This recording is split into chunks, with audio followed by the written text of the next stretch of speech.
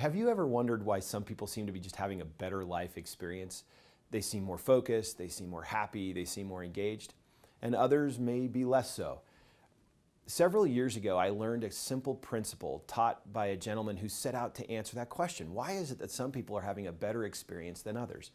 He's actually a University of Chicago psychologist by the name of Mikhail Csikszentmihalyi, originally from Central Europe. And several decades ago, actually more than 3 decades ago, he wanted to know, what is it that makes some people happier or more engaged and focused? Now, he didn't want to approach this from the perspective of metaphysics or religion or anything else. He wanted to get scientific about it. And so he gave pagers to people and began paging them throughout the day. And he would ask them to respond to a series of questions. And they would have to respond with a number, 1 to 10. The questions he would ask are, at this very moment, how engaged are you?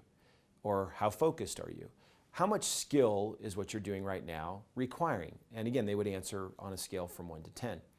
Now, there were several questions that he asked, and these questions and the numbers that they responded with started to create a profile.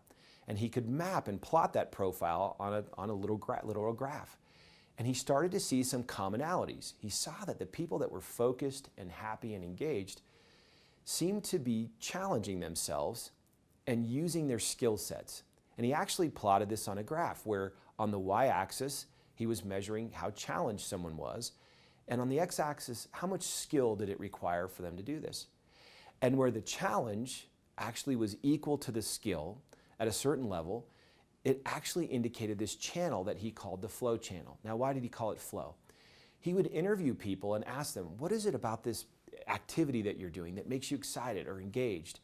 And what he found out is they oftentimes said, I just feel like in this moment I was in flow. Time distorted. There was value in what I was doing, inherent to what I was doing. I wasn't doing it for a paycheck. I was doing it because I loved it. A lot of these people were artists or athletes, and many of them were business people, but they were doing what they did out of a love, and they were challenging themselves and using their skills to their fullest. And Dr. Csikszentmihalyi named this the flow channel. And what he learned was that people are most engaged, and self-actualization is most likely to occur when there's a certain amount of challenge in life married with a certain amount of skill. And if the challenge in your world dropped, but your skill level stayed the same, you might find yourself in a different situation, an actual situation where you're in control. A little bit less in this flow channel, but in control. You're still happy, you're confident.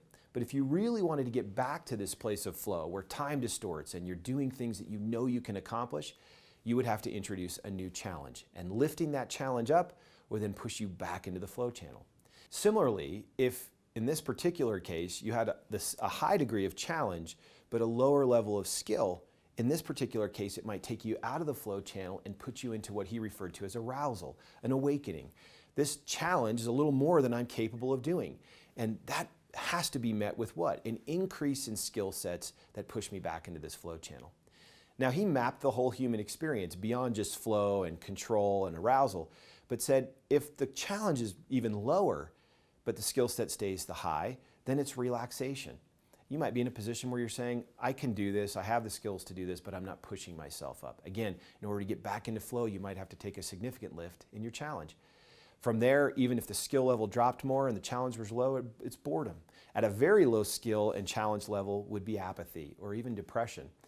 Where the challenge climbs and the skill level is low, you might be worried or stressed or sad. And then ultimately, if you have a really high challenge with very low skill set, that can trigger a sense or a feeling of anxiety. Now, the reason this mattered and the reason we wanted to teach this as part of the ASEA Ethos is actually fairly simple. What it teaches us is that each individual that wants to be happy, engaged, and excited needs to remember that these conditions of happiness and optimal experience don't happen on their own. And they certainly don't happen just sitting around. Look at my dad, retired I don't know how many times. Why? Because he wasn't in flow if he was just playing golf every day. Being in flow means you're challenging yourself, you're pushing yourself, and you're finding happiness, and then the optimal experience is when you're pushing your challenge levels up and you're developing yourself into new skills. Let's summarize this second principle of the ASEA Ethos, what we refer to as flow. Flow reminds us that happiness and self-actualization are most likely to occur when you're challenging yourself and when you're developing your skill set. Pushing yourself into that flow channel means constantly pushing the frontiers of challenging, challenges, and skills in all areas of life.